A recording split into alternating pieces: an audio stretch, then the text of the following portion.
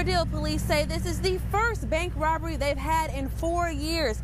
Organizers are preparing a candlelight vigil for 23-year-old Jeffrey Nunley.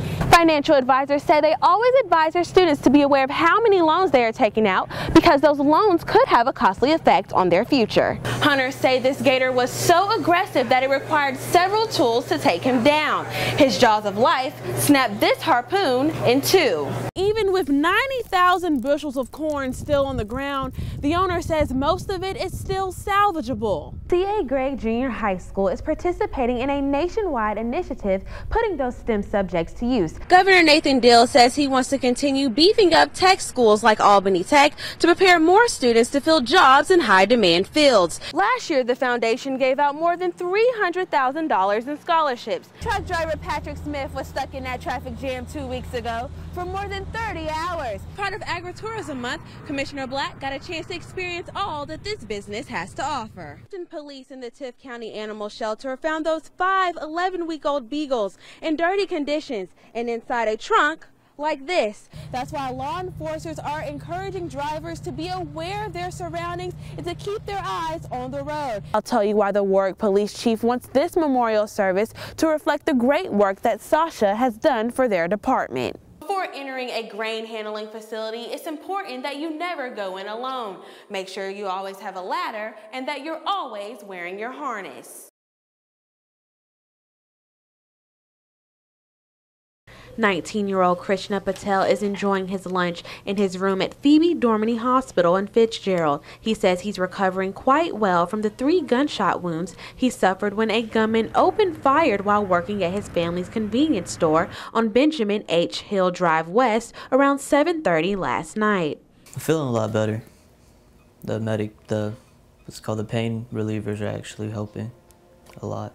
This surveillance video shows a man walking into the 107 Express store, approaching Patel as he sits behind the counter.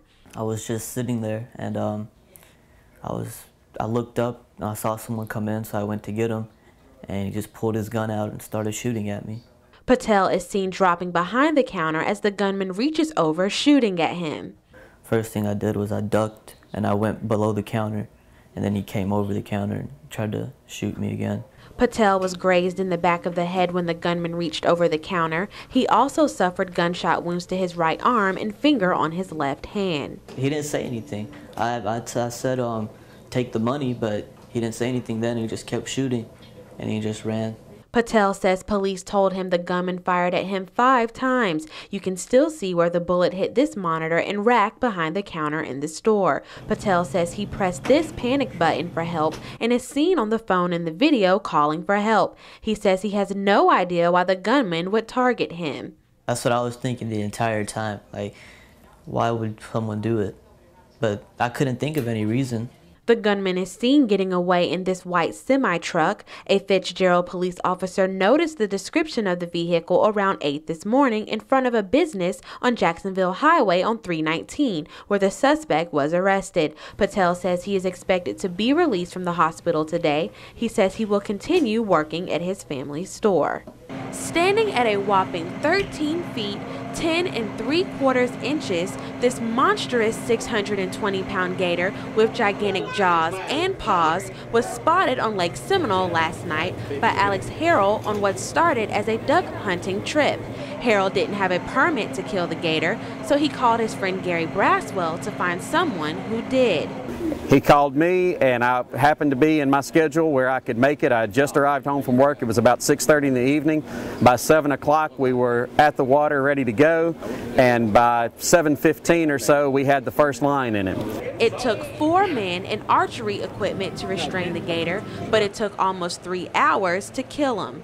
Hunters say this gator was so aggressive that it required several tools to take him down. His jaws of life snapped this harpoon in 2. He stood his ground, and he actually blowed up and showed a real aggressiveness to us, you know, and so I was glad we was able to get him. He broke an 800-pound test line. Several spectators came out to watch DNR officials measure the gator. Even kids got a chance to touch him. One DNR official says he's seen a variety of species, but this one tops them all. For me, since I've moved here 5 years, I've got to see two world-class animals, and this by far is definitely a world-class animal, so it's good to be down here working. Overman says he knew the gator was something special the first time he saw him. I knew that he was an excellent gator. I did not realize he was a state record. We knew that he was big. And if you ask them how they're feeling after the big catch, I don't know about you, but man, I'd take me some Advil. I was sore as I could be this morning. So they even planned to name him. We actually thought about naming him Snaggletooth. That's what we were, because he's so old, he's missing some teeth. The previous state record was 13 feet and 9 inches.